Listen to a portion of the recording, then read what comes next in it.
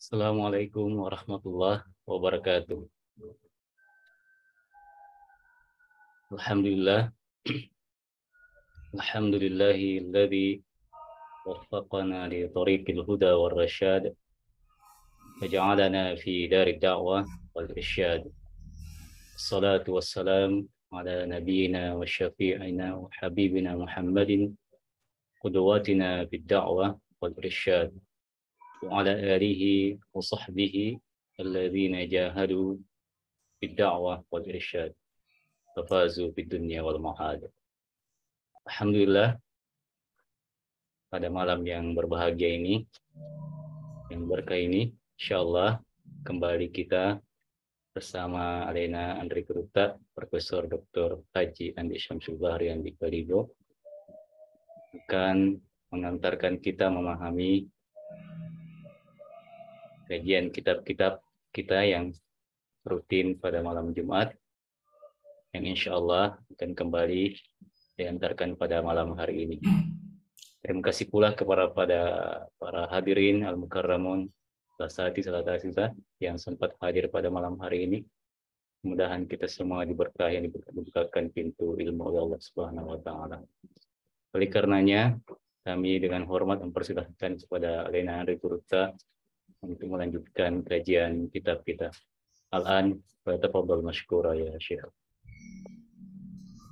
Bismillahirrahmanirrahim. Alhamdulillahi rabbil alamin. Wa sallallahu wa sallam ala rasulillahil amin. Sayyidina Muhammadin wa ala alihi wa sahbihi ajma'in. Fa inna asdaqal hadithi kitabullah wa khairal hadi hadi sayyidina rasulillah. Wa syarrul umuri muhdatsatuha wa kullu muhdatsatin bid'ah. Wa kullu bid'atin dhalalah wa kullu dhalalatin finnar. Wa hasbunallahu wa ni'mal wakil. Wa la hawla wa la quwwata illa billahil aliyyil azim.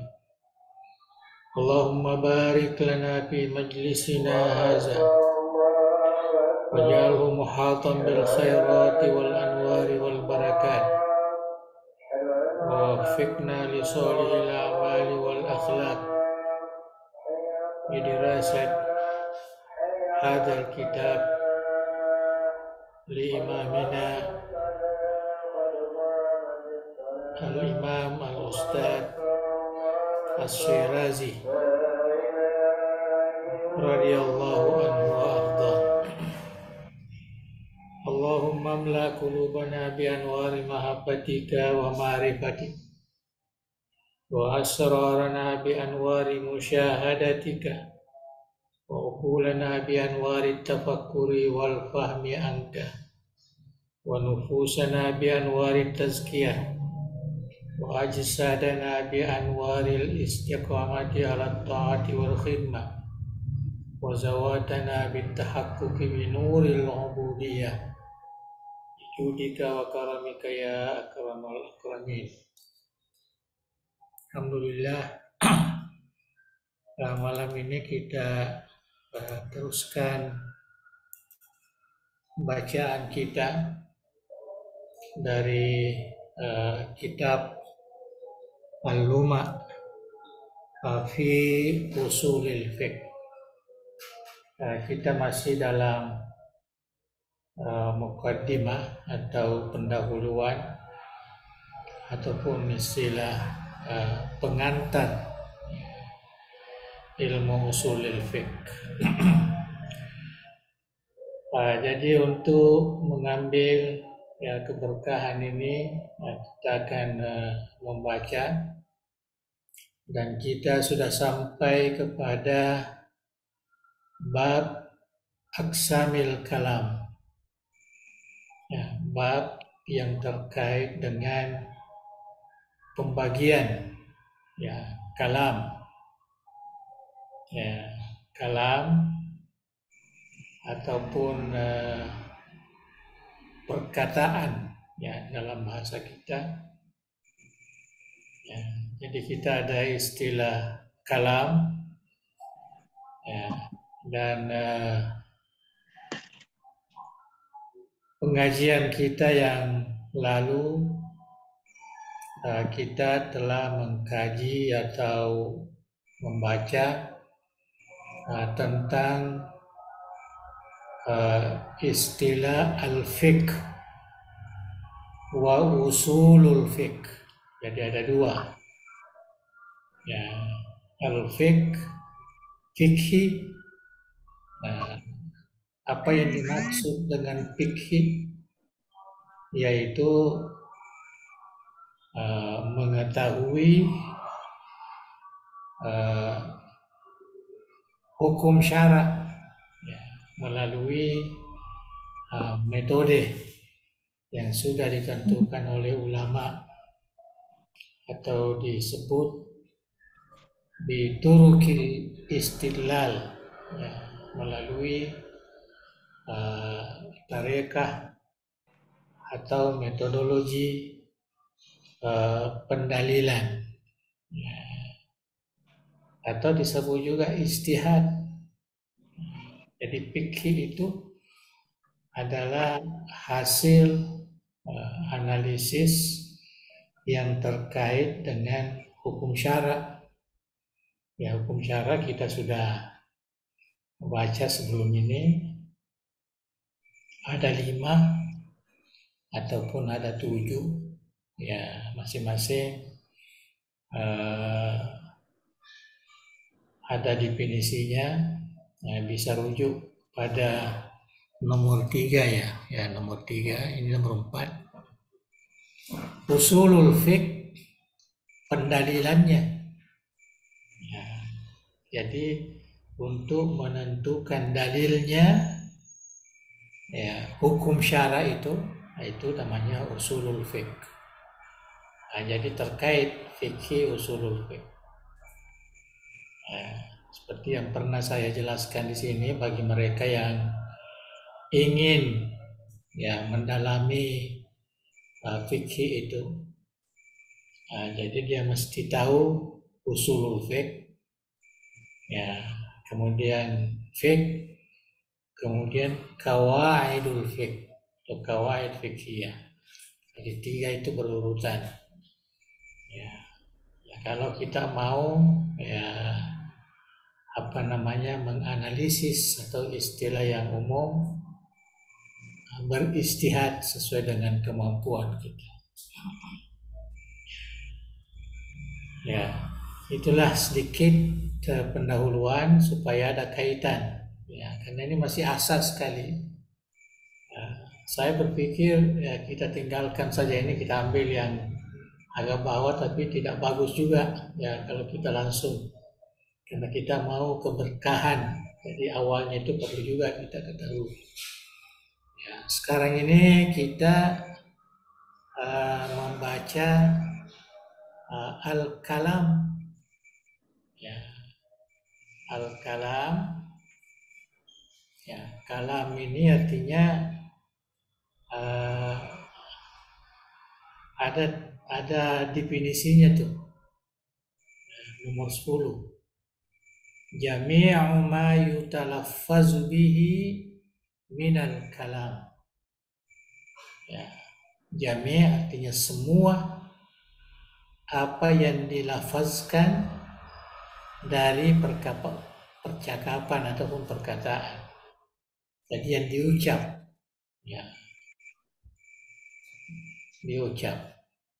Tentu yang ditujukan di sini ya terkait dengan fikih, tentu Al-Quran ataupun hadis dan ijma dan qiyas. Tapi yang paling utama di sini adalah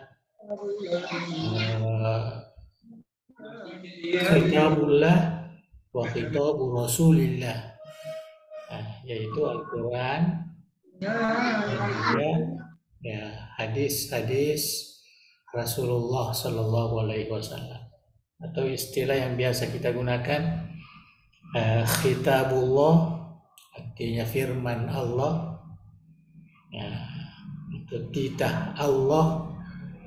Dan yang kedua khitabu Rasulillah, ya, sabda Rasulillah yang diucapkan. Ya. Nah, jadi itu yang dimaksud ya kalam. Karena kita bicara tentang nanti tentang dalil. Nah, dalil ini diambil dari khitab. Khitab ini terdiri daripada kalam. Ya, ini sengaja saya sebutkan supaya kembali ingatan kita waktu belajar dulu tentang nahwu sharaf ya terkait dengan usul fikih. Jadi ta'rif ya am yang terkait dengan al-kalam di sini ya jami'u ma yutalaffazu bihi minal kalam. Di semua apa yang kita ucapkan itu namanya kalam. Sama ada yang mempunyai tujuan yang bermanfaat ataupun tidak ada tujuannya. Ya. Disebut dorbani. Ya, dorbani artinya dua bagian. Jadi kalam itu ada dua bagian. Ya, istilah dalam usul fiqh muhmalun wa musta'malun. Ya. Jadi saya ingatkan di sini ada sedikit perbedaan dengan nahwu. Nah, kalau nahwu itu kan kalam itu lafzun mufid. Ya, lafaz yang memberi faedah.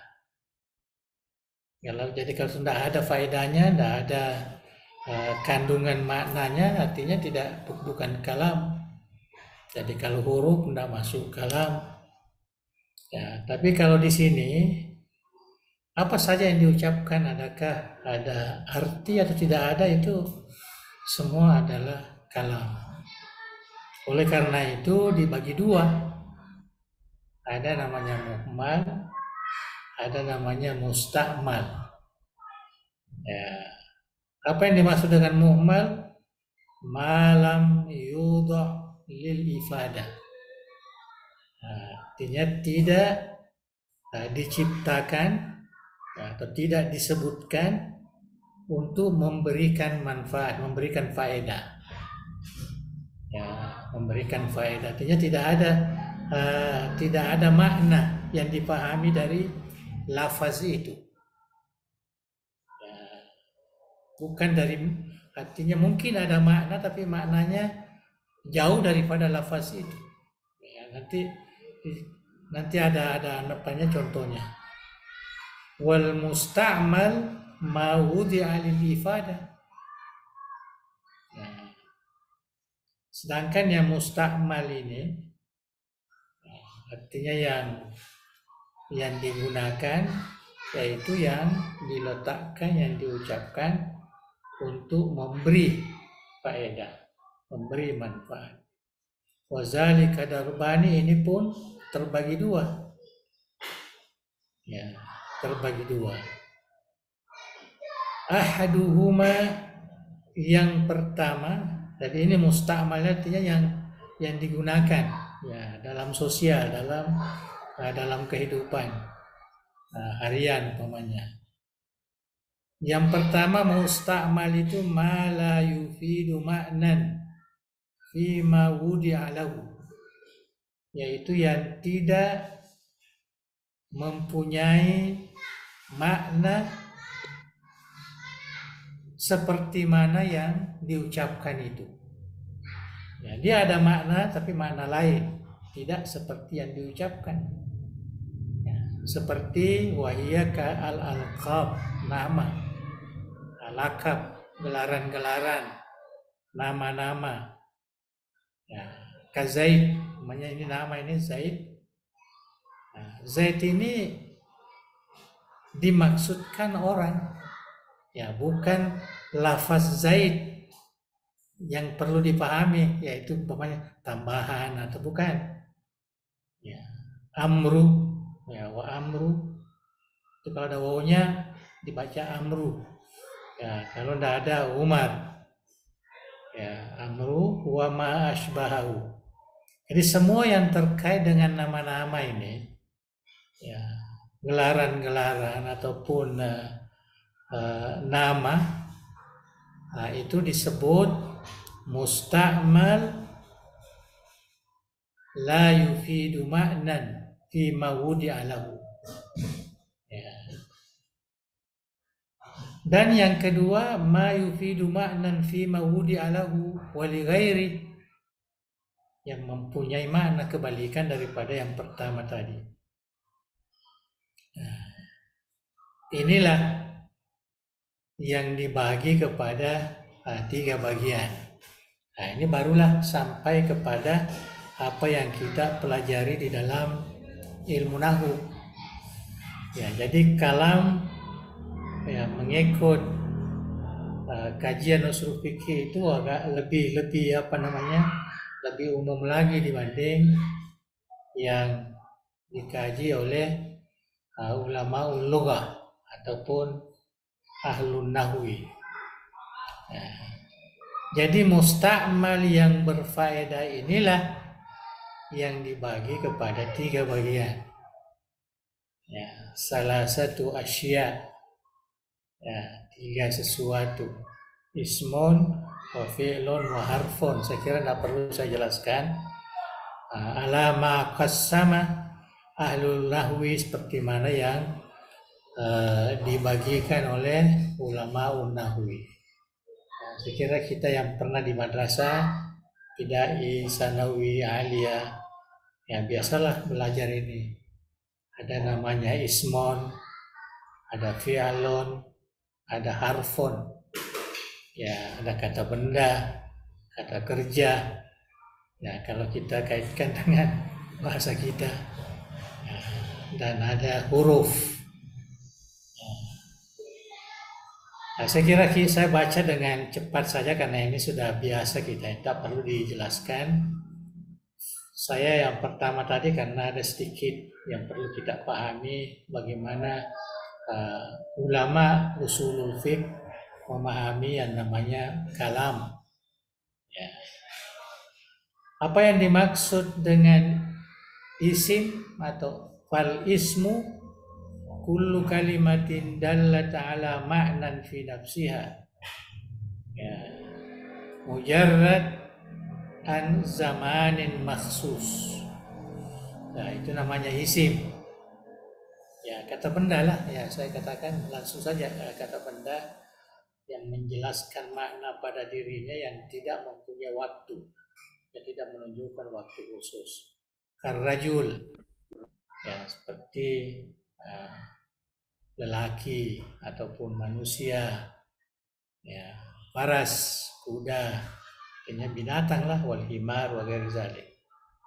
Nah, sedangkan kalau fi'il ini kata kerja. Jadi saya kira tidak perlu dijelaskan. Kullu kalimatin dallat ala ma'nan fi nafsiha muqtarin bi zamanin. Ya, selalu berdampingan dengan waktu. Ya, jadi dikatakan kakaulika doraba, artinya telah memukul, yang madi. Ya, yadrib, yang sedang atau akan. Qama, yakumu, ya sama juga fi'il madi, fi'il mudhari, wa ma asbahu. Wal harfu ma la yadullu ala ma'nan fi nafsi, ya tidak menunjukkan makna pada dirinya. Wa yadullu ala ma'nan fi ghairi, ya tapi dengan selainnya ada maknanya, artinya mesti senantiasa berdampingan dengan kalimat lain. Mislu min, ya harfu jari, la, an, ala, wa asbah zalika. Artinya tidak lengkap kalau kita katakan min, ya min Makassar, ya, baru ada maknanya, dari Makassar. Ila Makassar baru ada, tidak ada kalimat lain, ya baru ada. Kalau dia berdiri sendiri tidak ada maknanya. Wa aqallu kalamin mufid ma bunya min ismaini, dan sekurang-kurangnya ya kalam yang membawa faedah itu yang terdiri daripada dua isim. Kakaulika, ya seperti perkataan kita, Zaidun qaim, amrun akhu, atau mabunya min ismin wa fi'lin, atau isim dan kata kerja, kharaja Zaidun, yakumu Zaid. Ini semua sudah tak perlu lagi dijelaskan, ya hanya karena kita mau melewati ya.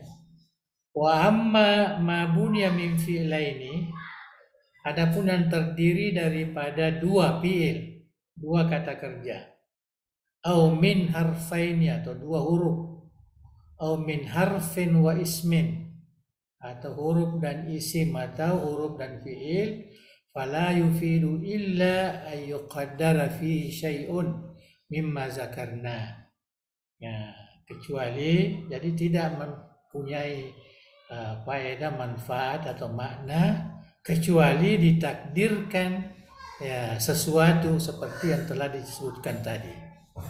Ya, artinya baru ada faedah. Ya Zaid. Ya, kalau selesai ya Zaid ini huruf dengan isim. Ini tidak ada apa namanya? Ya Zaid.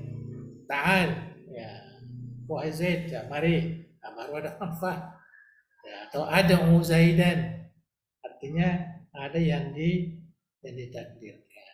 Nah, ini semua awal yang perlu kita ketahui sebelum kita menginjak ya kepada yang lebih mendalam lagi. Ya. Tapi yang di atas ini khusus pembagian kalam terkait dengan bahasa, tata bahasa atau ilmu nahwu. Sekarang dari segi makna, babul qauli atau babun al-qaulu fil hakikati wal majaz. Jadi setiap kalam itu ada makna hakiki dan ada makna majaz. Ya, itu yang perlu diketahui. Ya, karena kita akan nanti membahas tentang apa namanya dalil yang terdiri daripada perkataan-perkataan. Wal kalamul mufid yang kasimu ila hakikatin wa majaz. Nah, adapun kalam yang mempunyai makna atau yang berfaedah ya, terbagi kepada hakiki dan majazi, makna hakiki dan makna majazi. Waqad waradat al-lughah bil jami' wa nazala bihil Qur'an. Nah, ini yang perlu diketahui bahwa bahasa itu ya secara keseluruhannya terdiri daripada dua ya pemahaman ini, makna hakikatnya atau makna majasinya, termasuk wa nazala bil Quran, termasuk Al-Quran juga. Jadi kita mesti memahami makna hakiki dan makna majasi. Jadi seperti tafsir itu ya kita harus pahami itu. Kalau kita Istiqlal, saya kira kita kebanyakannya melihat apa namanya tafsir yang sudah dibuat ya oleh ahli tafsir. Tapi perlu kita ketahui bahwa bahasa semuanya mengandungi makna hakiki dan majasi, termasuk Al-Quranul Karim. Ya, termasuk Al-Quran. Wa minan nasi man angkara al-majaz fil lughah. Ya, jadi ada juga segolongan manusia yang mengingkari, katanya dalam bahasa itu tidak ada istilah majasi. Semua arti hakiki. Ya, semua arti hakiki, tapi itu hanya pandangan, ya, bukan menjadi pegangan. Wa qala Ibnu Daud laisa fil Qur'ani majaz. Dan Ibnu Daud mengatakan tidak ada di dalam Al-Quran makna majazi. Ya, semua makna hakiki. Ya, itu menurut Ibnu Daud. Ya, menurut Ibnu Daud. Nah, kemudian Syekh As-Sirazi mengatakan wahaza khata'un. Nah, ini salah. Mengatakan dalam bahasa tidak ada majasi, ya dalam Al-Quran tidak ada majasi, itu semua adalah pandangan yang keliru. Ya, liqaulihi ta'ala, ya, karena kita memahami makna firman Allah Subhanahu wa taala, jidaran yurid an yanqad. Jadi kalau kita terjemahkan ini, dinding yang mau rubuh. Ya, dinding yang mau yang berkehendak untuk rubuh. Ya, tentu bagaimana dinding berkehendak? Bagaimana dinding mau? Ya tentu makna di sini makna majazi. Ya, artinya dindingnya yang rubuh. Ya, bukan dianya yang mau, tapi ada ada sebab lain yang menghendaki sehingga rubuh. Ya. Wa nahnu na'lamu daruratan annal jidara la iradata lahu. Nah, kita mengetahui ini taklilnya Imam As-Sirazi. Kita mengetahui secara pasti ya, bahwa dinding itu tidak ada iradahnya. Ya, tidak ada iradahnya, tidak ada kemauannya. Ya, tapi kenapa dalam Al-Quran dikatakan dinding berkehendak? Ya, itu maknanya berkehendak di sini bukan makna hakiki. Kalau makna hakiki ya salah lah. Ya, karena dinding tidak mungkin, dia tidak ada iradah. Ya, begitu juga firman Allah, was'alil qaryah, tanyalah kampung itu. Bagaimana kampung mau ditanya? Wa nahnu na'lam daruratan annal qaryata la tukhatab. Nah, kita telah mengetahui secara pasti bahwa kampung itu tidak bisa dimukhatabkan, tidak bisa diajak bicara, tidak bisa ditanya. Ya, fadalla ala annahu majaz. Ya, jadi itulah dalil ataupun fakta hujjah yang dikemukakan oleh Syekh As-Siraj sahibul kitab ini, bahwa Al-Quran itu ada makna hakiki dan ada makna majazi. Makna majazi. Nah, ini yang perlu kita pahami juga ya, karena sekarang pun ada golongan seperti itu yang tidak mau menerima makna majazi dalam Al-Quran. Dia hanya mau menerima makna hakiki ya dalam Al-Quran. Sedangkan Sirazi mengatakan itu pandangan yang keliru. Ya. Jadi ada makna hakiki, ada makna majazi. Itu kesimpulannya.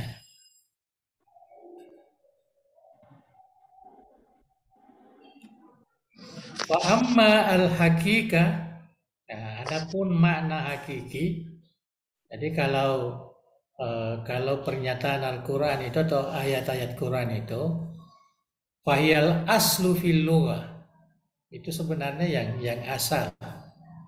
Ya, artinya mesti makna hakiki dulu. Apa yang dimaksud makna hakiki? Wahadduha kullu lafdhin ustu'mila fi ma wudi'a lahu min ghairi naqlin.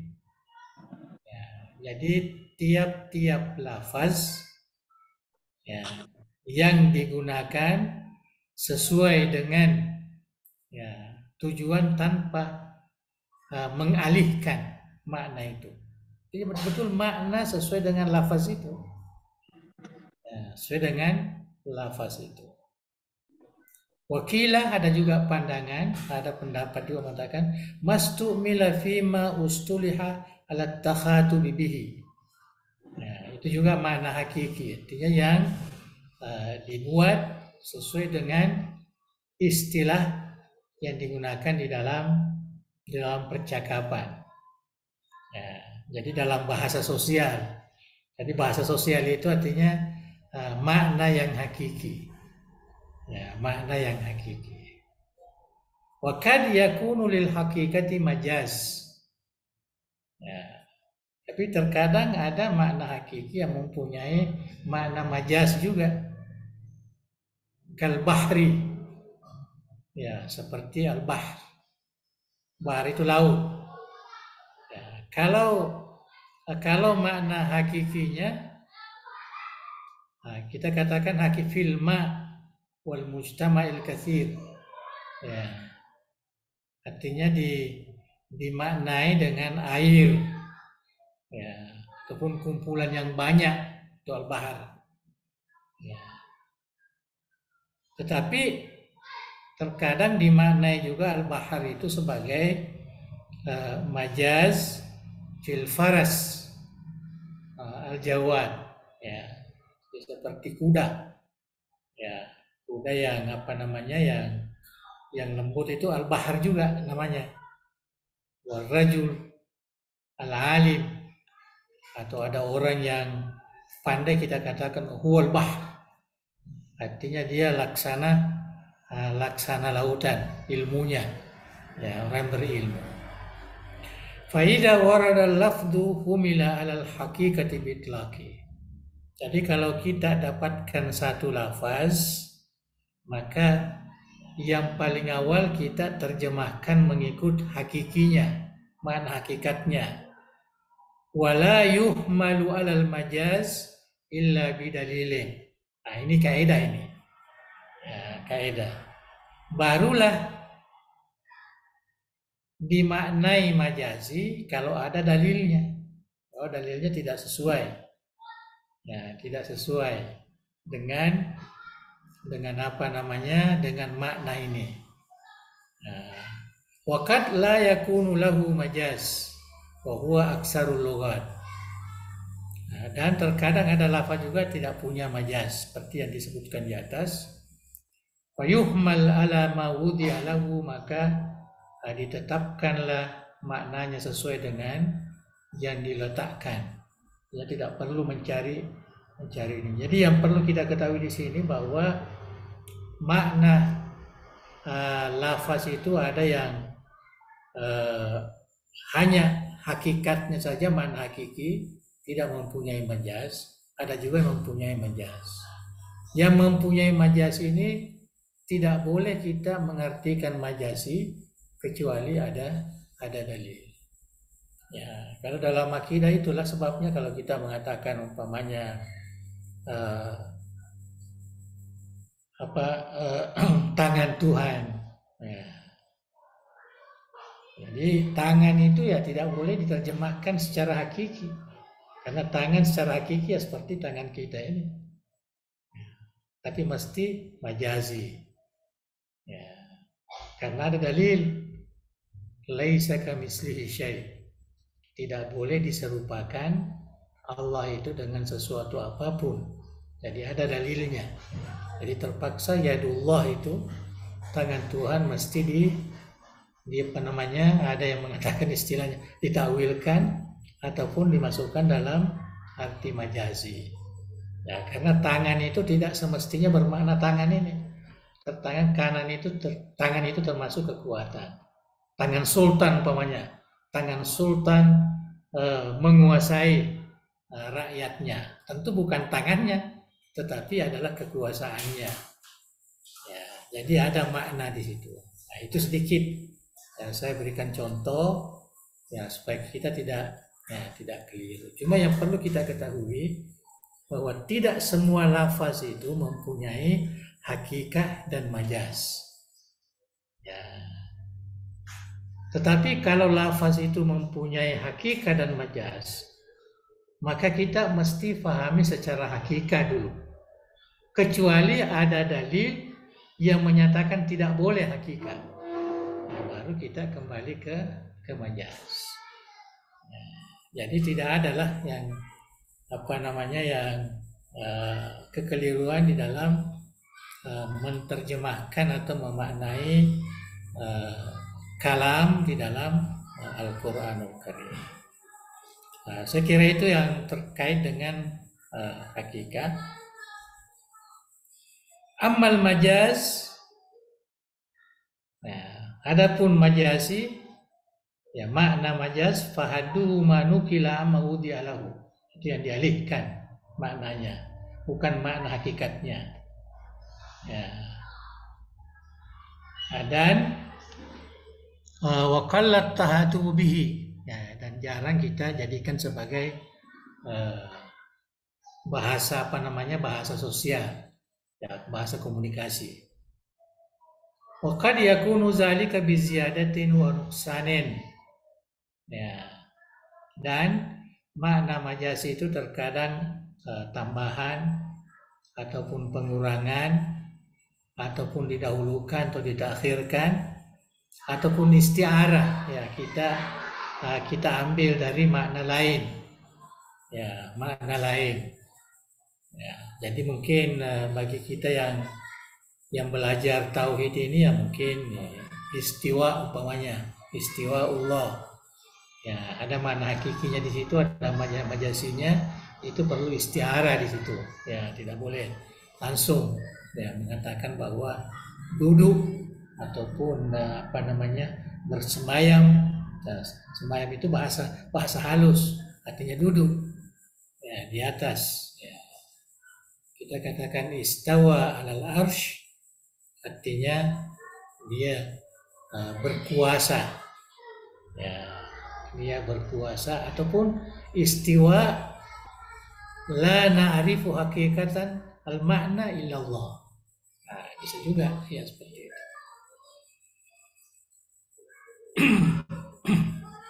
Nah, jadi ini semua ada contoh-contoh yang disebutkan, ada ziyadah, tambahan, ada nuksan.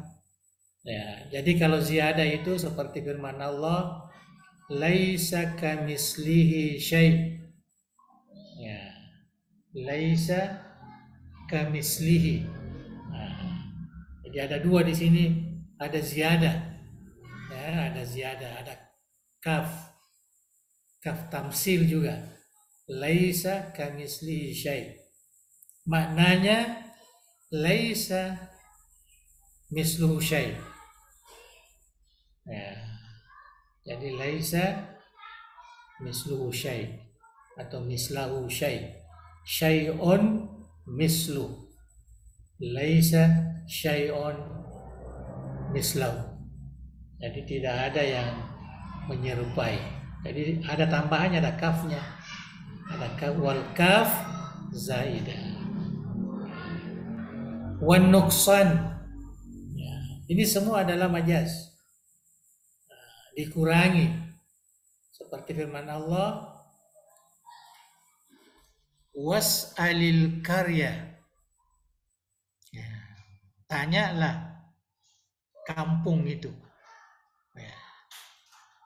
Jadi ada kekurangan di sini. Wal murad, maksudnya di situ was'al ahlal qaryah. Jadi dibuang ini ahlunya. Jadi ada, ini namanya nuqsan. Nah, dikurangi. Fa khazafa al mudhaf. Ya, jadi dibuang ini mudhaf, al qarya mudhafun ilaihi. Langsung was'alil qaryah. Ya, tapi kalau mau dimaknai was'al ahlal qarya. Ya. Ini kita mengulang lagi apa yang biasa dulu kita pelajari. Wa aqama al-mudhaf ilaihi maqamahu. Jadi al-qarya ini inilah yang menempati ahlon ini. Jadi kita katakan was'alil qaryata. Tanyalah kampung itu, artinya tanyalah penduduk kampung itu. Ya, jadi ada nuksan. Wa ta'khir wa taqdim ka qauli ta'ala walladzi akhrajal mar'a faja'alahu ghusaa'an ahwa. Ya. Jadi yang dimaksud di situ akhrajal mar'a ahwa faja'alahu ghusaa'an. Ya. Jadi tanaman itu menjadi kering, ya, akhirnya ya tidak bisa lagi mendatangkan buah. Ya. Jadi di situ ada taqaddama wa akhar. Jadi sepatutnya gusaan ini yang terakhir, tapi di sini katakan walladzi akhrajal mar faja'alahu gusaan, ya, ahwa, faja'alahu ahwa gusaan. Ya. Isti'arah. Ya, isti'arah tadi dicontohkan jidaran yuridu ayang qadda. Ya. Jadi seakan-akan dinding ini yang mau meruntuhkan dirinya. Ya. Jadi fasta'ara bihi lafdzal irada wa ma min majazin illa walahu haqiqah. Ini lain lagi nih. Fasta'ara lahu lafdzai al-irada. Ai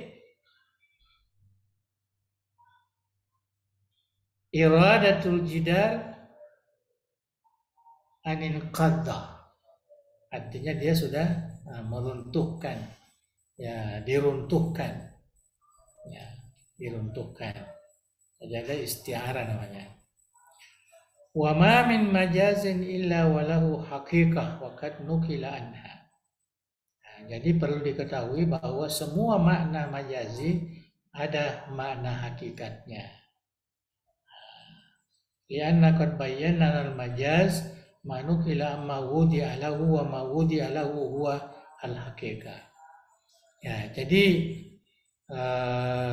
yang kita ketahui lafaz itu dari sudut makna ada makna hakiki dan ada makna majazi. Tapi tidak semua lafaz itu, kalam itu mempunyai majazi. Tetapi semua yang ada majazinya pasti ada hakikatnya. Nah, jadi itu harus dipahami, ya, terutama bagi orang yang mau, ya, mendalami istinbat, ya, fikih ini atau qawaid fikih ini, supaya dia paham. Nah, jangan mengatakan bahwa semua lafaz ada hakikat, ada majazi, tidak. Ya, artinya semua lafaz itu awalnya adalah makna hakikat. Sebagiannya ada makna majazi. Tapi perlu diketahui bahwa semua yang ada majazinya itu ada hakikatnya. Wah, ini juga saya kira tidak perlu terlalu faslon wa yu'raful majazu minal hakikati biwujuh. Ya. Jadi makna majazi itu diketahui dari hakikat itu dengan beberapa ciri. Ya, ada beberapa hal yang perlu diketahui. Ini banyak ini. Nah, banyak ayyusarrahu bi annahu majaz. Bukan bayyana al-lughati zalik. Jadi memang sudah ditasrih, artinya sudah dinyatakan secara jelas bahwa perkataan ini adalah perkataan majazi. Kemudian yang kedua ayyusta'mal lafdhu fi ma la yasbiqu ilal fahmi inda simai. Ya, kaqaulihim fil balid himar wa fil abla taish. Ya, jadi artinya terkadang digunakan lafaz itu yang biasa tidak, ya, terlalu biasa dipahami ketika mulai mendengar. Ya. Kalau kita melihat ada anak yang agak ini, kita kamu bodoh ini. Nah, itu majazi. Nah, kamu ini seperti di Saudi biasanya orang-orang Jawa bagar. Ya. Nah, jadi itu majazi, itu bagar artinya ya bodoh, kuat dan sebagainya. Jadi itu nama-nama majazi. Wa minha ma an yusafa syai'u aw yusamma bima yastahilu wujuduh. Ya, jadi macam tadi wasalil karya kan mustahil ini. Ya, dia mustahil, kita tanya kampung tentu penduduknya. Wa minha alla yajriya wa la yattarid. Ya. Kaqaulihim fir rajuli as-saqil jabal. Ya. Jadi terkadang ada sesuatu yang tidak biasa dan tidak terhubung dengan itu, tapi dipakai. Dipakai seperti orang yang kita lihat malas, tidak mau bangun, berat badan, kita katakan jabal. Ya, kamu ini ya macam gunung. Ya. Ini semua saya kira tidak perlu kita baca semuanya. Wa minha an la yatasarrafa fi mastu'mila fihi katasarrufi ma wudi'a lahu haqiqah.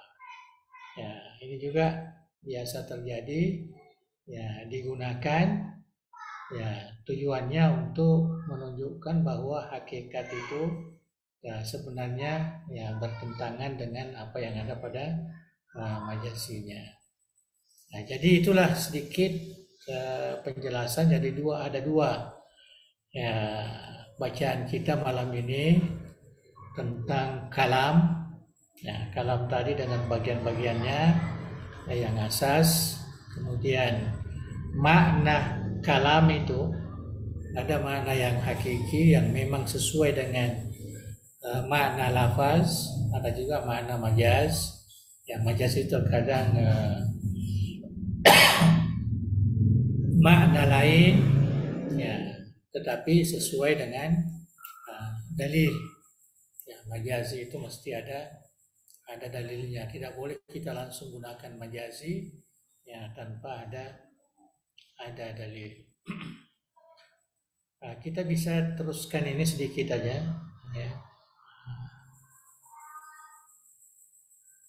Ya, kita teruskan saja ini, kita habiskan ini, tidak perlu saya baca secara ini. Babun bayanul wujuh allati tu'khadhu minha al-asma' wal lughat.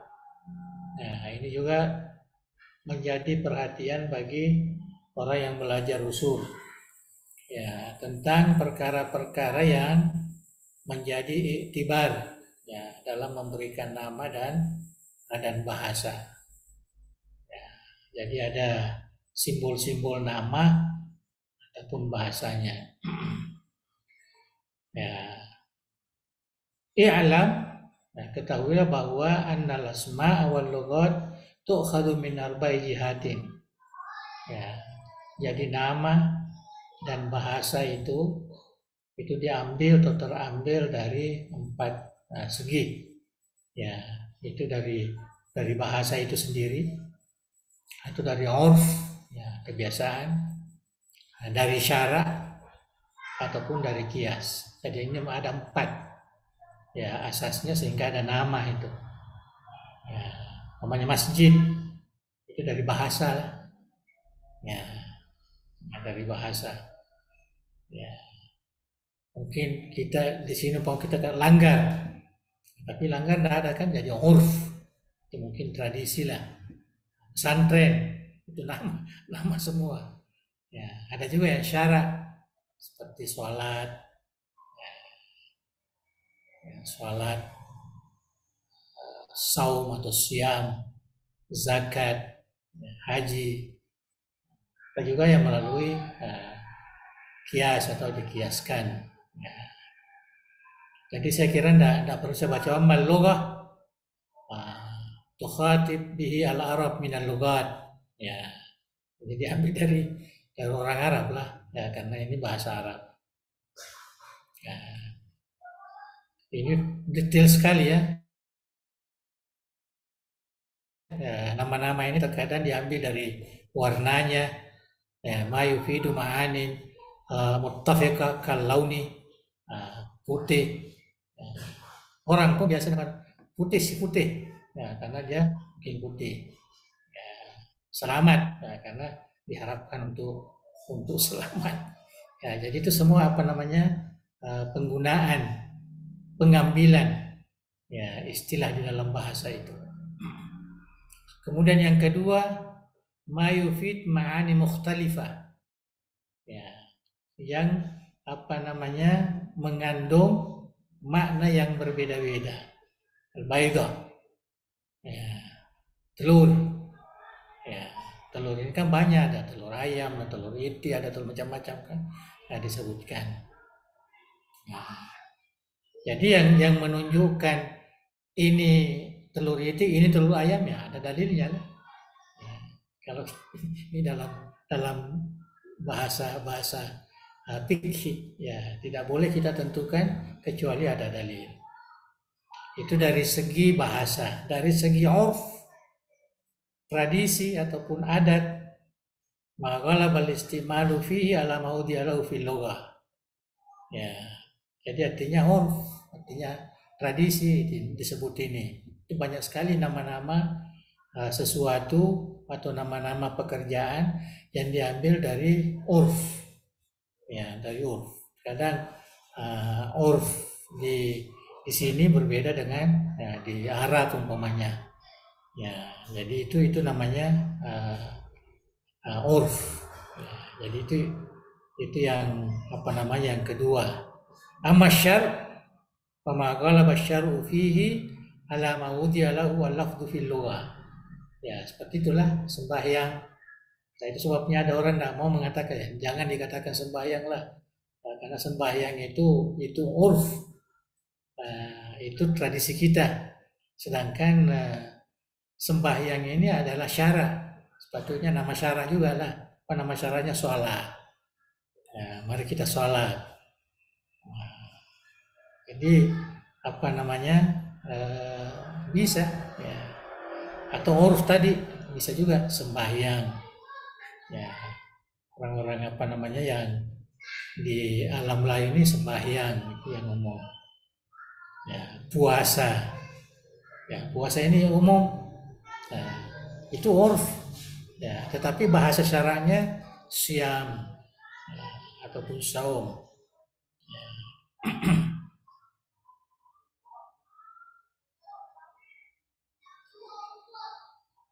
Nah, ini ada apa namanya sedikit catatan. Wa min ashabina man qala laisa fil asma'i syai'un manqulun ila syari'. Ya. Jadi sahabat kita tanya min ashabina min mazhabil Imam Asy-Syafi'i. Ya, artinya ada ulama Syafi'iyah mengatakan bahwa tidak ada sedikit pun nama itu terambil atau dibawa menjadi syarat. Ya, tidak ada. Bal kulluha muqatun ala mawdu'iha fil lughah. Tapi semuanya dimaknai dengan makna lughah. As-shalah umpamanya ismun lid-du'a. Ya, sebenarnya shalah itu dari segi makna hakiki itu adalah doa. Ya, sholat itu doa. Ya, malah kalau kita lihat sholat itu banyak sekali maknanya, bisa sholat, nah, bisa doa, sholat sembahyang, bisa doa, bisa salawat. Ya, bisa salawat. Jadi kalau kita mengatakan, yuk kita sholat, apa ada? Mari kita berdoa, mari kita sembahyang, mari kita baca salawat. Nah, jadi itu. Wa innama ar-ruku' was-sujud ziyadatun udhifat ila shalah wa laysat minas shalah. Ya. Itu pandangan sebagian ulama Syafi'iyah mengatakan begitu. Jadi katanya rokok, sujud, berdiri itu adalah tambahan yang dimasukkan di dalam kalimat sholat, tetapi sebenarnya bukan dari sholat. Kama udhifa ilaiha at-tahara wa laysat minha. Jadi kalau kita lihat pandangan ini, ya lebih baik kita mengatakan sembahyanglah, karena itu urf. Ya, sembahyang untuk sholat 5 waktu. Ya, jangan namakan sholat, karena sholat ini artinya nama syarak, ya, tetapi tidak digunakan di dalam, tapi dalam bahasa mempunyai banyak makna, ya, banyak makna. Jadi tidak salah juga mau katakan sholat, mau katakan sembahyang, mau katakan ya, tidak perlu dipertikai. Cuma ada sekarang orang-orang itu yang terlalu tidak mau katakan sembahyang. Katanya sembahyang itu menyembah dewa. Ya, sembah yang itu dewa. Karena itu sudah menjadi bahasa Melayu, sudah dipahami secara turun-temurun. Ya, sembahyang itu adalah umat Islam ini sembahyangnya begini. Ya, sudah jelas. Ya, artinya urf. Ya, urf. Sama dengan madrasah, ya kita sebut pesantren umpamanya. Itu sudah umum. Padahal awalnya kan madrasah. Ya, madrasah. Nama syar'inya madrasah. Ya, tapi kita sudah jadikan sebagai nama urf menjadi pesantren. Wakadzalika al-hajj. Ya. Hajj itu sebenarnya hajj itu artinya tujuan perjalanan, itu hajj. Ya, tawaf wasa'yu ziyadat udhifat ilal hajj.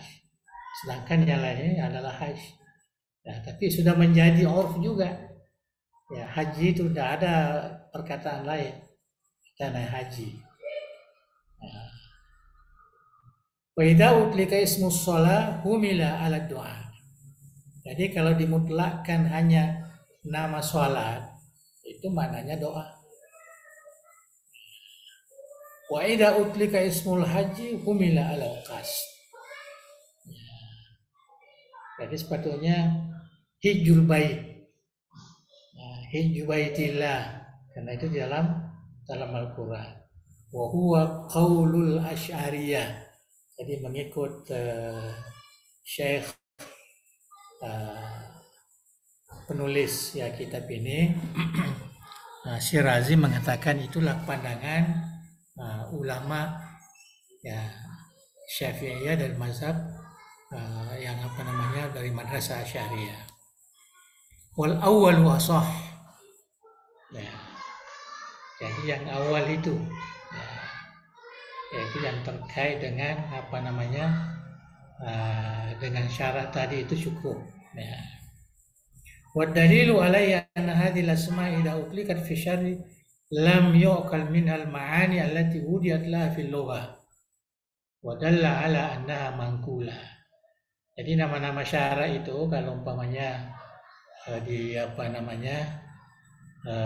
dipindahkan ya menjadi nama ya harus melalui penjelasan bahwa ini adalah peralihan dari ya perkataan ini. Seperti sholat umpamanya, ini maksud sholat itu sholat 5 waktu ya, atau sholat sunat ya, atau salawat ya, ataupun doa. Jadi harus ada penjelasan begitu. Idza warada lafdhun qad udiya fil lughati li ma'nan wa fil 'urfi li ma'nan wa humila ala ma sabata lahu fil 'urf li'annahu tari'un 'ala al-lughah. Ya. Jadi itu artinya fakana al-hukmu lahu. Ya, jadi kalau ada suatu nama itu yang dari bahasa juga itu dan sudah menjadi 'urf seperti kata-kata sembahyang tadi. Ya. Nah, jadi itu sudah menjadi urf, maka itu bisa dihukumkan di situ, artinya bisa digunakan. Wa in kana kad wudiya fi lughati li ma'nan wa bi syai'in li ma'nan humila la urfi syar'i. Jadi dianggap sebagai urfu syar'i. Ya, li'annahu tari'un 'ala al-lughah, li'anna al-qasda bayanu hukmi syar'i wal hamlu 'alaihi aula. Ya. Jadi kalau kita lihat di sini ini ya tidak terlalu banyak perbedaan kita mengatakan sholat itu sembahyang atau kita mengatakan ya, sholat. Ya, itu juga ya dibenarkan. Ada aslul urf, ada aslu al-lughah. Ini yang terakhir al-qiyas, mislu tasmiyatil liwat az-zina. Ya, seperti kita namakan liwat itu. Istilah sekarang ini yang umum yang kita dengar LGBT, liwat ada laki dengan lelaki. Nah, itu terkadang dinamakan zina. Itu kias. Itu kias. Kiasan ala wat'in nisa. Ya, karena kita juga biasa menggunakan istilah wat'un nisa.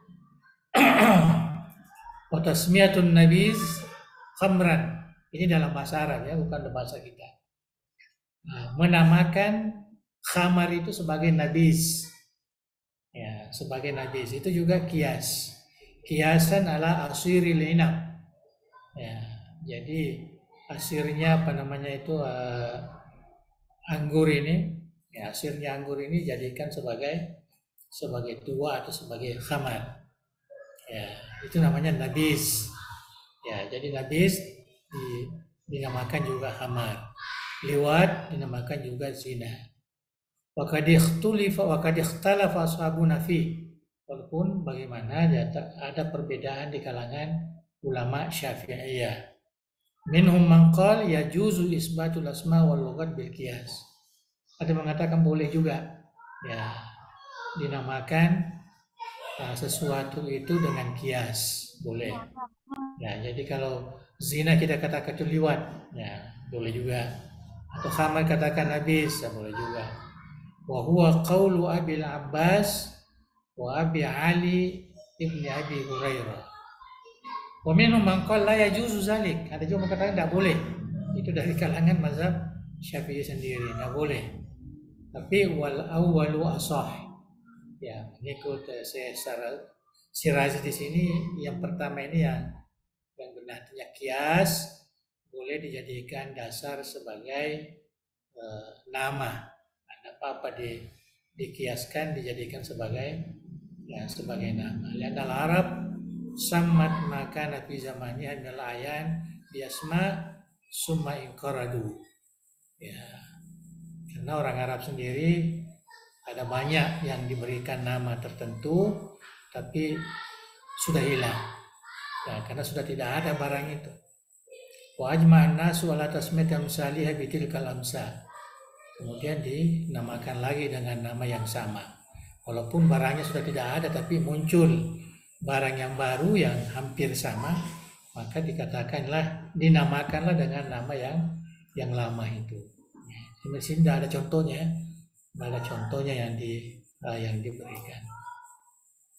Nah, itulah sedikit. Jadi apa yang kita pahami di sini bahwa begitu detailnya, ya, ulama kita di dalam memperbincangkan termasuk istilah yang kita gunakan ini, ya, termasuk istilah yang kita gunakan, nama-nama yang kita jadikan sebagai nama baik yang syara maupun yang kias di dalam bahasa ini semua sudah dikaji ya, secara mendalam dan yang menjadi asas nanti di dalam menentukan hukum Nah, jadi saya kira itu yang perlu kita sedikit mengambil manfaat. Nah, ini bukan kita mau melihat secara detail ya pandangan itu, hanya kita mau pahami bahwa ulama kita dari dulu lagi artinya mereka sudah sangat teliti semua perkara-perkara yang terkait dengan asas-asas yang bisa dijadikan sebagai dalil di dalam fikih atau dalam hukum-hukum syara. Saya kira cukup sampai di sini, dan insya Allah kita akan masuk ini sudah mulai sedikit kita bicara tentang ada perintah, ada larangan, dan segat-segatnya yang ada dalam Al-Quran ataupun di dalam hadis Rasulullah Sallallahu Alaihi Wasallam. Jadi kita yang perlu menjadi perhatian kita di sini istilah-istilah yang kita gunakan yang menunjukkan kepada hukum syara itu kita tidak boleh terlalu bebas. Kita harus mengikuti undang-undang yang telah dirumuskan oleh ulama kita itu. Ada yang melalui bahasa, ada yang melalui urf, ada yang melalui syara, ada yang melalui kias. Jadi ini semua harus kita jadikan sebagai asas, bukan sembarang kita mau menamakan perkara-perkara yang terkait dengan agama ini. Wallahu a'lam bishawab.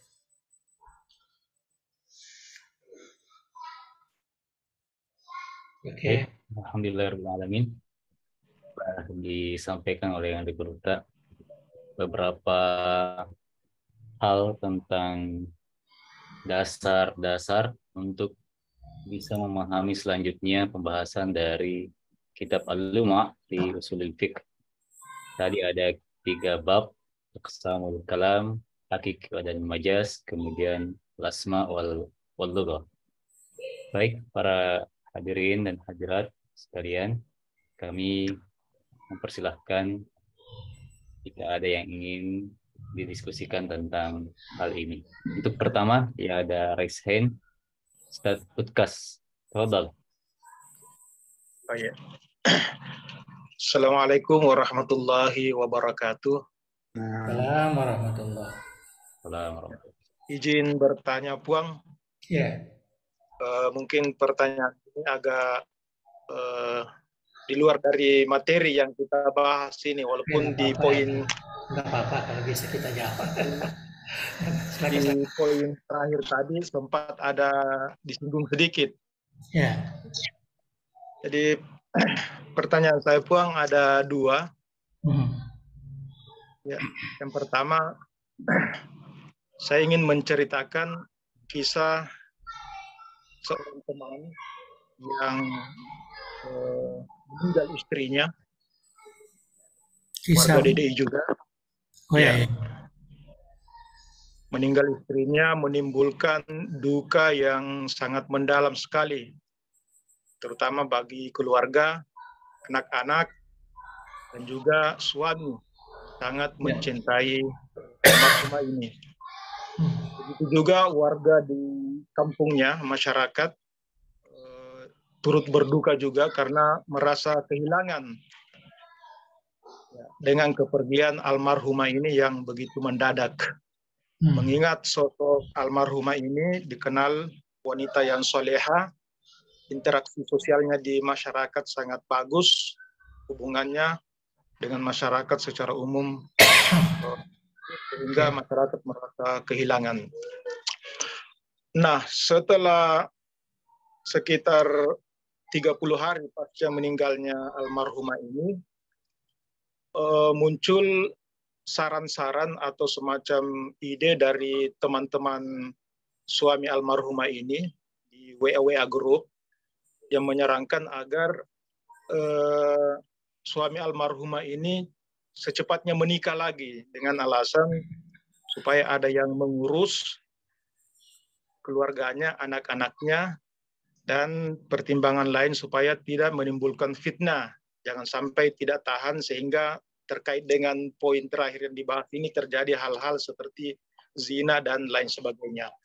Tapi di sisi lain ada juga teman yang mengatakan bukan berarti melarang menikah, tapi jangan tergesa-gesa begitu, jangan buru-buru karena pertimbangan perspektif sosial. Jangan sampai terjadi gunjingan-gunjingan sosial karena almarhumah ini baru-baru menikah dan sosok suami almarhumah ini adalah tokoh masyarakat di kampungnya.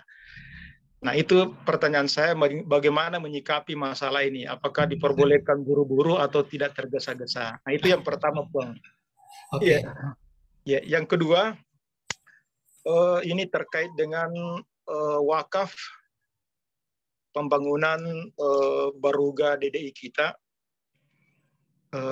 Apakah pahala wakaf itu bisa ditujukan kepada orang tua atau nenek yang secara pribadi saya, nenek ini biasa masuk ke pondok dulu bawa beras apa semua. Apakah pahala wakaf saya itu bisa saya tujukan kepada almarhumah nenek itu?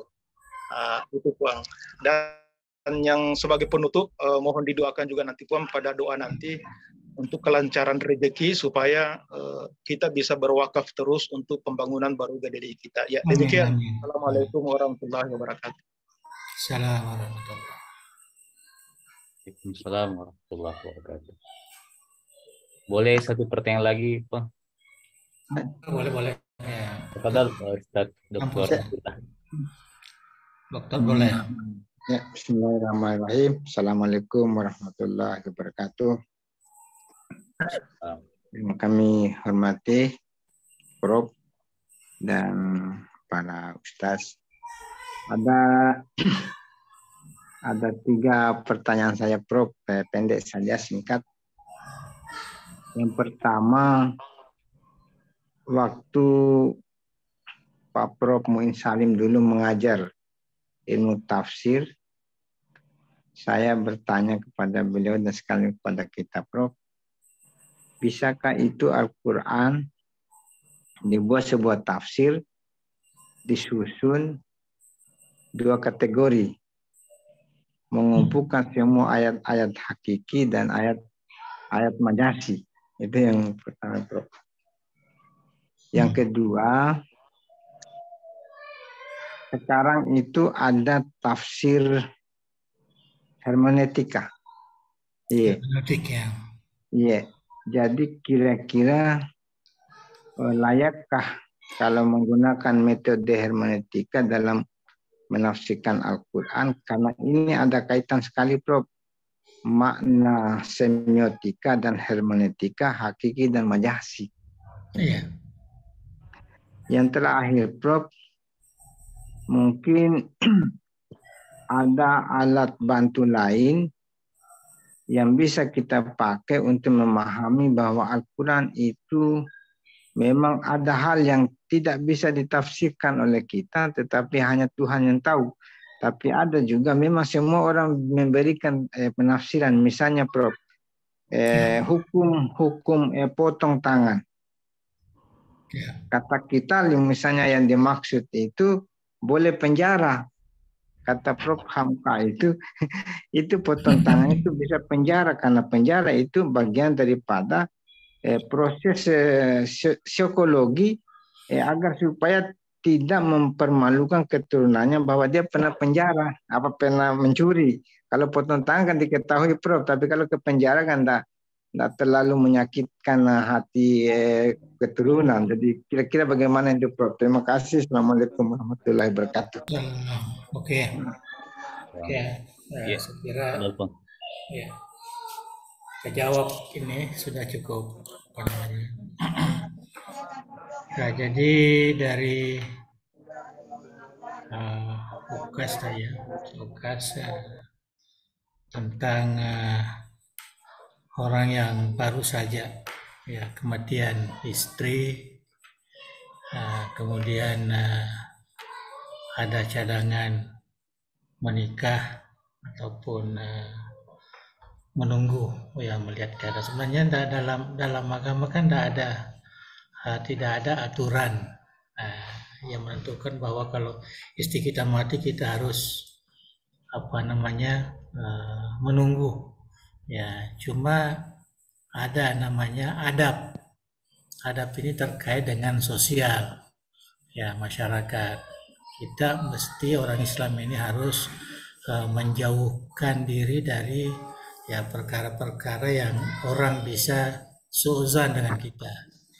Ya, jadi kita lihatlah keadaan, kalau memang sudah sampai waktunya dan memang mendesak dan sebagainya, maka barulah ya, artinya kita mesti lihat semua keadaan, karena tidak ada ketentuan syarak ya, ketentuan syarak bahwa seminggu setelah meninggal sudah boleh, atau 2 minggu, atau tidak ada juga ya, tidak ada ya. Yang jelas bukan hanya meninggal kita boleh kawin ya, masih hidup pun kan boleh poligami dalam Islam ada ya. Jadi itu kalau kita mau kaitkan dengan hukum ya. Jadi saya kira yang terbaik ya bagi kawan kita ini, dia harus melihat ya semua urf, itu pentingnya urf ya, tradisi keadaan masyarakat juga ya, harus kita lihat bagaimana sebenarnya tradisi kita di situ ya. Terkadang ada hal-hal yang sangat sederhana tetapi bagi masyarakat itu sangat besar ya tanggapannya. Jadi harus dia perhitungkan itu. Jadi saya cadangkan ya dia harus melihat ya keadaan itu ya, walaupun ada permintaan kawan-kawan atau apapun tapi lihat juga ya keadaan masyarakat. Dan yang paling utama ya harus tetap memperbaiki hubungan dengan keluarga istri yang meninggal itu ya. Keluarga istri jangan sekali-kali menyakiti hatinya ya, menyakiti hatinya ya. Tapi kalau memang sudah memang manfaatnya lebih banyak ya, demi untuk anak-anaknya, ada yang pelihara dan sebagainya, maka itu tidak ada hukum yang memberikan ketegasan seperti itu. Jadi saya katakan kita mesti melihat adab. Nah, itulah yang kita sebut al-adab muqaddamun ya, malah bukan ala syari ala ilmi ya, dia lebih didahulukan. Nah, karena itu penting, apalagi kalau orang itu umpamanya merupakan tokoh masyarakat ya, jangan sampai gara-gara itu ya akhirnya kurang dia punya kepemimpinan yang selama ini dia dapatkan menjadi pembimbing agama atau pendakwah dan sebagainya. Nah, saya kira itu yang perlu ya. Jadi tidak ada ketentuan syarak ya tentang perkara yang terkait dengan menikah ya setelah keluarga kita meninggal.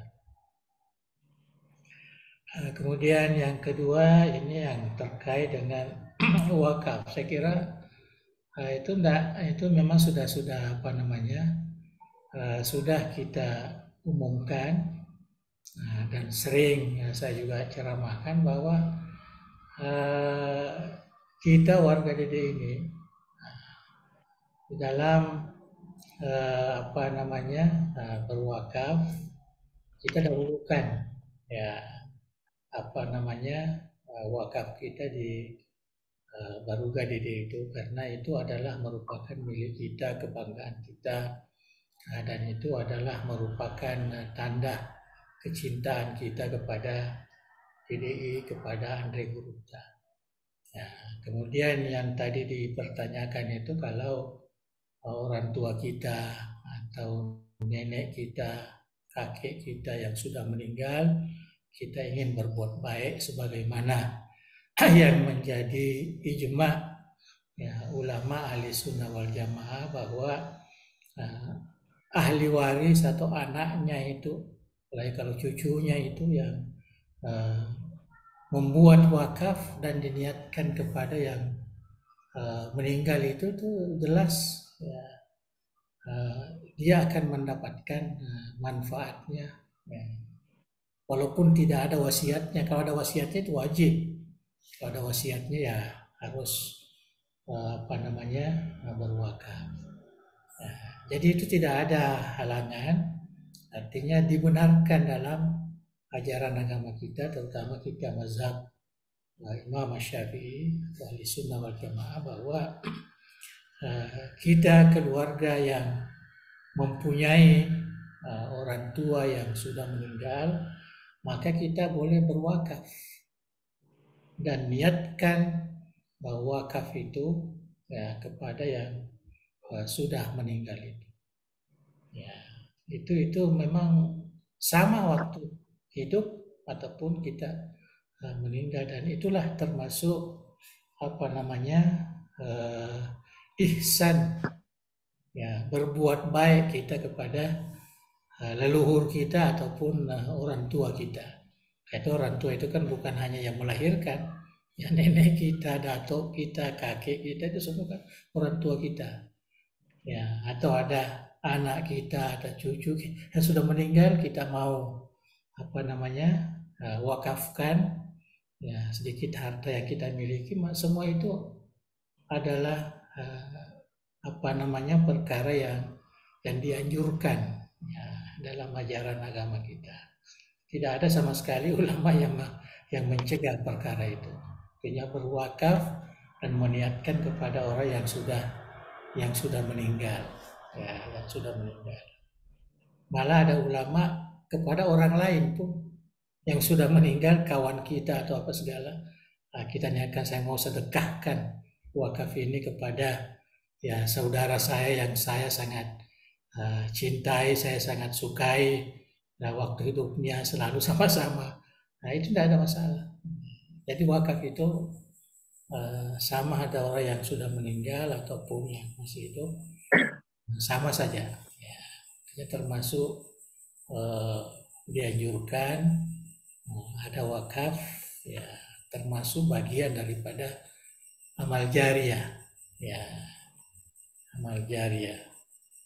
Jadi sama dengan maksud hadis yang selalu kita baca, iza mata ibnu adam in qata amalu illa min salas, ya, shadaqatin jariyah, ilmin yuntafa'u bihi wa waladin shalih. Itu kalau kita jabarkan makna yang lebih luas itu kena semua lah, ya, baik yang masih hidup ataupun yang masih meninggal, yang sudah meninggal. Ya, saya kira itu yang menjadi harapan, dan memang saya sangat anjurkan kepada kawan-kawan yang merasa dirinya ya sebagai keluarga ya Dada Irsyad, ya, jangan sekali-kali kita terlepas.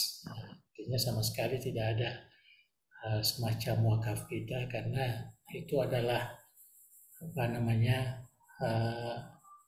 kemaslahatan bersama kita lah. Ya, tidak usah dulu pikirkan orang lain, ya kita dulu. Ya, alangkah cantiknya dulu kalau di akhirat nanti kita semua warga DDI ada yang menyatukan kita dalam wakaf.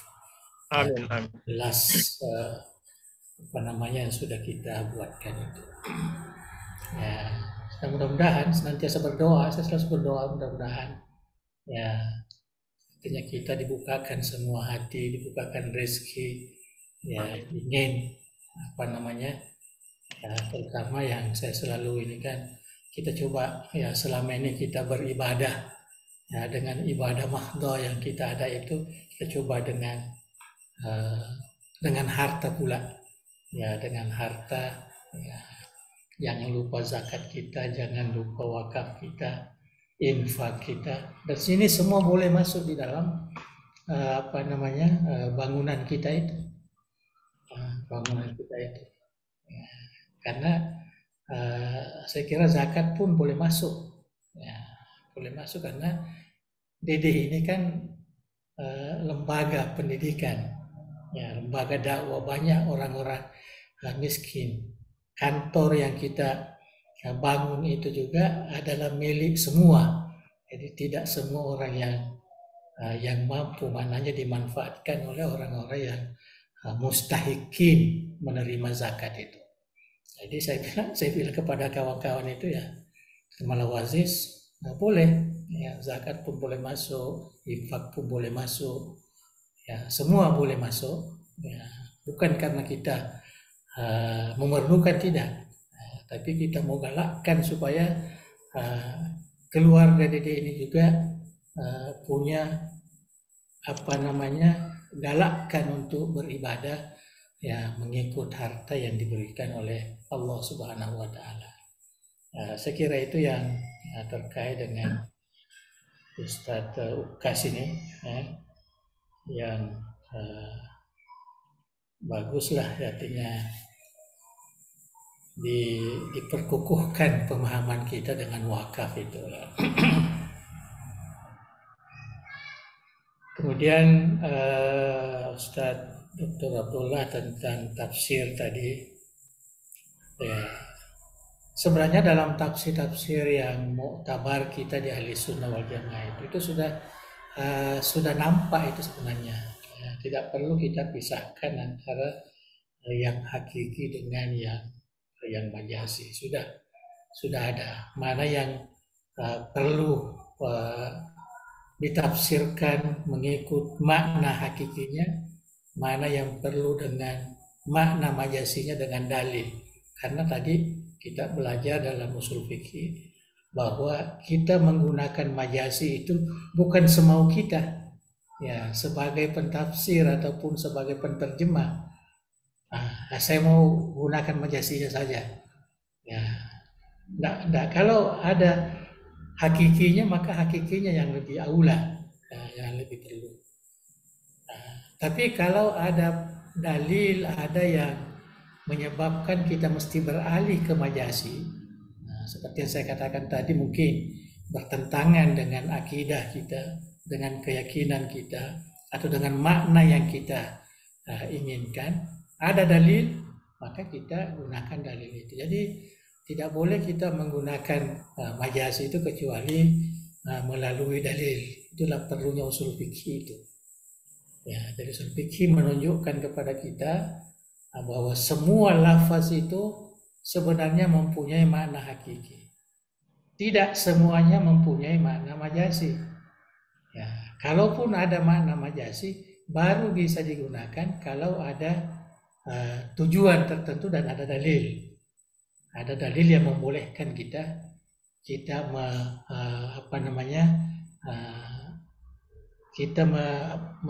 meleset daripada makna hakiki. Jadi pada dasarnya mentafsirkan itu harus melalui makna hakiki. Nanti kita melalui majasi kalau ada ya sebab-sebab. Disitulah namanya usul fikih. Itulah pentingnya usul fikih.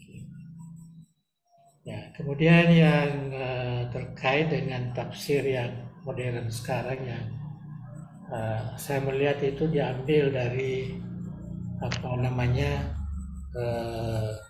orang lain, ya, pentafsiran Taurat, pentafsiran Injil oleh orang Yahudi, orang Nasrani, hermeneutik itu. Sebenarnya dari sana diambil. Dan terkadang kalau saya melihat sebenarnya kita umat Islam ini tidak perlu artinya mengimport kaidah-kaidah tafsir itu. Ya, tidak perlu. Kita sudah cukup. Kita lebih dulu sebenarnya. Ya, kita lebih dulu mempunyai kaidah tafsir ya dibanding dengan ulama yang lain. Dan kita tidak pernah terhalang untuk menafsirkan Al-Quran itu. Ya, termasuk kitab-kitab Turas ini. Tidak ada halangan untuk kita menafsirkan dan sesuaikan dengan keadaan sekarang ini. Tidak ada halangan itu. Nah, itulah sebabnya ada usul fikih ini diatur oleh ulama kita. Ya, karena usul fikih inilah yang menentukan dalil-dalil yang merumuskan kita supaya kita boleh menyesuaikan penafsiran-penafsiran itu atau istilah ta'wil itu ya kepada perkara-perkara yang sesuai dengan zaman kita sekarang ini. Ya, sesuai dengan zaman kita. Nah, saya kira itu, dan alhamdulillah kita sebenarnya berterima kasih ulama-ulama kita itu sampai sekarang masih banyak yang aktif ya menafsirkan Al-Quranul Karim, termasuk di Indonesia ini dalam bahasa Indonesia. Ya, yang baru-baru kan ada Pak Quraisy, ada yang tafsir Departemen Agama, ada tafsir ulama-ulama kita di Sulawesi pun ada yang dalam bahasa Bugis seperti yang kita baca itu. Itu kan tafsir-tafsir baru semua yang dia tafsirkan dan dia sesuaikan dengan keadaan kita sekarang. Ya, bukan bermakna dia menafsirkan tanpa melihat keadaan, tidak. Ya, dan itulah yang patutnya menjadi rujukan kita. Jadi ringkasnya saya tidak terlalu tertarik ya untuk mengimport kaidah-kaidah tafsir itu dari luar. Nah, karena kita tahu Al-Quran itu berbeda dengan ya kitab-kitab suci yang lain, ya, berbeda. Dan keyakinan kita pun, nah, memang kita percaya kepada semua kitab suci yang ada, tetapi yang menjadi rujukan kita di dalam beragama ini Al-Quran lah, ya, bukan Taurat, bukan Injil, bukan Zabur, dan sebagainya. Dan kita yakin bahwa itu semua sebenarnya bagi kita ini ya sudah tidak asli lagi, ya ada perubahan-perubahan. Ya, cuma saya melihat sekarang ini memang ada gerakan-gerakan dari luar, ya, ingin menyatukan ya kitab suci itu, ya, atau kasarnya ingin menyatukan agama-agama samawi ini, ya. Jadi ingin menyatukan agama Yahudi, agama Nasrani dan agama Muhammad ini menjadi agama Ibrahimiyah. Ya. Ada memang, ya. Dan kalau kita mau lihat propaganda Baha'i, Bahaism itu tujuannya begitu. Dia menyatukan semua agama-agama samawi ini. Malah dia satukan semua agama yang ada, sama ada samawi ataupun bukan samawi. Ya, sekarang ini, ya, itu saya kira itu adalah tantangan kita bagi umat Islam ini, bagaimana ya, tetap mempertahankan keyakinan kita bahwa rujukan kita yang paling awal adalah Al-Quran, ya, kemudian hadis Rasulullah, ya, kemudian ada ijma, ada qiyas, ada ijtihad dan sebagainya. Kita harus mempertahankan itu karena itulah keaslian ya ajaran agama kita. Ya, ajaran agama kita. Nah, saya kira itu yang perlu ya menjadi perhatian ya bagi kita ini. Ya, artinya yang sifatnya prinsip ya kita tidak boleh goyah lah. Ya, Al-Quran tidak boleh kita jadikan sebagai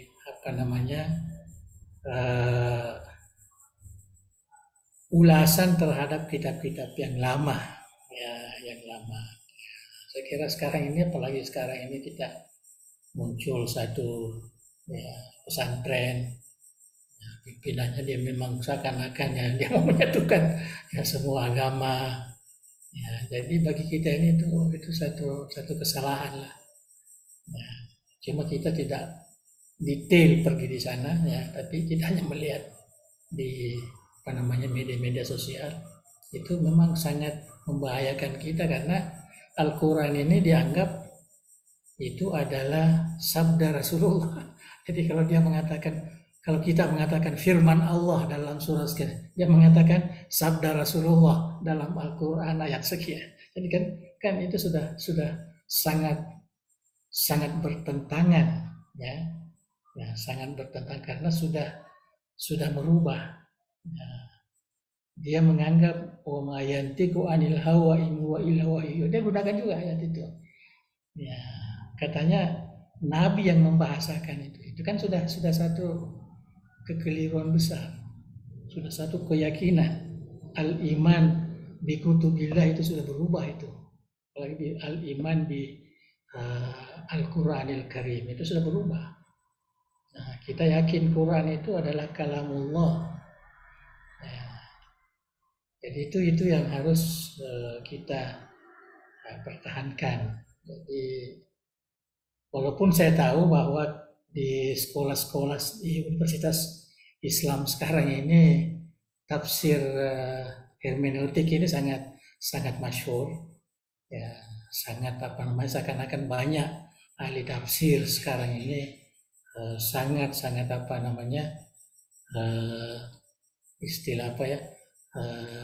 takjub dengan kaidah-kaidah yang diambil dari orang Yahudi itu.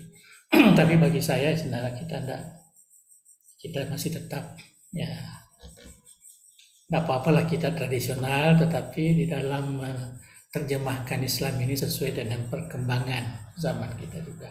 Karena itu akidah, ya, keyakinan kita kepada Al-Quranul Karim. Jadi itu bagian daripada iman kita, ya, iman kita. Ya, jadi saya kira itu yang sangat penting. Jadi saya kira isu yang dikemukakan oleh Dr. Abdullah ini penting sekali untuk kita ketahui, karena kita sekarang ini, terutama di akhir-akhir ini, ya nampak ya bagaimana kita melihat orang-orang ini. Ya, sementara kita lihat gairah umat Islam menghafal Al-Quran, ya, membaca Al-Quran, dan ada pula pemikiran-pemikiran yang seakan-akan tidak mempercayai bahwa itu adalah kalamullah, itu adalah kalam Rasulullah. Ya, pada itu lain. Kalam Rasulullah itu lain, kalam Allah itu lain. Itu dalam usul fikih itu ada khitabullah, ada khitab Rasuli. Ya, terbagi dua. Jadi saya kira itu yang dapat saya lihat ini. Kemudian yang terkait dengan hukum jinayah di dalam Al-Quran, potong tangan, ya, dan lain-lain itu, ya, saya kira tidak perlu, ya, kita bicara bahwa kita gantikan atau kita mengambil makna majasinya atau apanya. Nah, kita stay beriman bahwa Allah itu menyuruh kita kalau ada orang pencuri itu dipotong tangan. Nah, tapi dari sudut pelaksanaannya itu yang harus kita pelajari. Ya, karena kalau hukum Islam itu sangat terperinci sekali. Ya, kalau kita lihat sejarahnya di zaman Rasulullah saja itu tidak ada orang yang dihukum berzina tidak mengaku, dia sendiri yang mengaku, minta untuk dihukum. Tidak ada yang didapati, yang tidak ada. Nah, begitu sulitnya menetapkan itu. Ya. Yang ada kita sekarang ini, kalau ada yang melaksanakan, macam di Saudi atau di mana-mana tempat, nah, itu kebanyakan kita fitnahkan ke orang, nah, bukan mengaku. Ya, bukan mengaku, padahal untuk mensabitkan, menetapkan jinayah dalam Islam ini sangat-sangat terperinci sekali. Ya, sangat terperinci. Malah kita di dalam Islam ini menghukum, ya, orang yang yang tidak bersalah, atau memaafkan orang yang bersalah, itu jauh lebih mulia dibanding dengan menghukum orang yang tidak bersalah. Nah, jadi lebih baik kita memaafkan. Ya. Kalau yang ada sekarang ini di dalam kehidupan kita, ada penjara lah, ada macam-macam lah, ya, kita anggap itu sebagai takzir. Ya, dalam hukum kita kan ada takzir, ada hudud, ya, ada qisas, ada takzir. Maka yang ada kita lakukan sekarang ini tidak berdasarkan hukum Islam, tapi berdasarkan dengan takzir. Itu hukum Islam juga. Ya, walaupun mungkin ya, syarat-syaratnya itu tidak mengikut aturan-aturan di dalam fikih, dan itu wajar. Ijtihad itu kan boleh berbeda-beda. Itu saja pandangan saya. Ya, pandangan saya. Jadi tidak perlu kita berpikir ya harus ada potong tangan, harus ada kalau dia berzina harus direjam atau dirajam atau enggak begitu juga. Hukum memang tetap ada, ya hukum. Kita yakini bahwa itu adalah hukum Tuhan. Ya. Tetapi untuk menetapkan itu istihadi. Itu istihadi, itu pandangan kita. Saya lebih suka seperti itu. Ya, daripada terlalu ini menganggap hukum berlaku itu hukum taghut lah, hukum zalim dan sebagainya. Ya, bukan begitu. Yang berlaku ini takzir, ya hanya sebagai takzir sesuai dengan kemampuan manusia itu sendiri. Karena hukum Islam itu sendiri kalau kita baca jinayah utamanya, itu sangat-sangat berat, ya, sangat berat untuk menentukan orang. Menentukan orang berzina itu berat sekali. Harus 4 saksi. 4 saksi itu ya. Apalagi sekarang katanya sekarang sudah ada CCTV. Adakah CCTV tidak sama dengan penglihatan itu tidak sama. Ya, CCTV itu boleh dibuat-buat itu. Ya, itu enggak bisa ya. Jadi itu saja menentukan orang yang berzina. Menuduh orang berzina itu harus 4 saksinya. Mana ada ya orang berzina kecuali yang yang memang kerjanya seperti itu disaksikan oleh banyak orang. Ya, kalau yang Islam tidak akan mungkin. Artinya itulah pandangan saya pribadi di dalam memahami pemahaman Al-Quran seperti yang dikemukakan oleh Saifullah tadi. Saya tidak berani juga mengatakan bahwa ini bisa dipahami seperti ini, bisa tidak. Ya, kita pahami sesuai dengan apa yang dinyatakan dalam Al-Quran itu, yang ditegaskan oleh para mufassirin. Ya, cuma kita bukan bermakna wajib, ya harus. Ya. Dan sekarang ini tidak ada orang mengaku. Ya, saya kira itulah yang dapat saya pahamkan. Nah, jadi mudah-mudahan apa yang kita baca ini ada keberkahannya, ya diberikan kekuatan kita untuk tetap berpegang teguh dengan asas ajaran agama kita. Kita tidak terpengaruh dengan keadaan, dengan apa. Ya, sehingga kita mau merubah keyakinan kita kepada Al-Quran, hadis Rasulullah, yang disebut sebagai rujukan awal umat Islam. Ya, saya kira cukup sampai di sini. Wallahu a'lam bishawab. Terima kasih, Prof. Ya. Terima kasih banyak, Bung, atas penjelasan Kak. Terima kasih pula kepada Ustadz Bukas dan Ustadz Dr. Abdullah atas partisipasinya bertanya pada majelis kita ini. Ya. Baik, mungkin sudah cukup diskusi kita. Oh ya, cukup sudah 9 ya. Silakan kepada Andre Guruta untuk berkahi dengan doa. Tadi ada titipan doa dari Ustadz Bukas supaya keluarga DI bisa kira yang diminta tadi itu sudah tercakup dalam doa kita ini. Memohon rezeki, memohon keikhlasan, insyaallah ya. Insyaallah. Iya, Pak. Fadal. Bismillahirrahmanirrahim. Alhamdulillahirabbil alamin. Hamdan yuwafi ni'amahu wa yukafi mazidah. Ya Rabbana lakal hamdu kama yanbaghi li jalalikal karim wa 'azimi sultanik. Allahumma salli wa sallim ala sayyidina Muhammadin wa ala alihi wa sahbihi ajma'in. La ilaha illallahul azimul halim. La ilaha illallah rabbul arsyil azim. La ilaha illallah rabbus samawati wal ardi wal rabbul arsyil karim.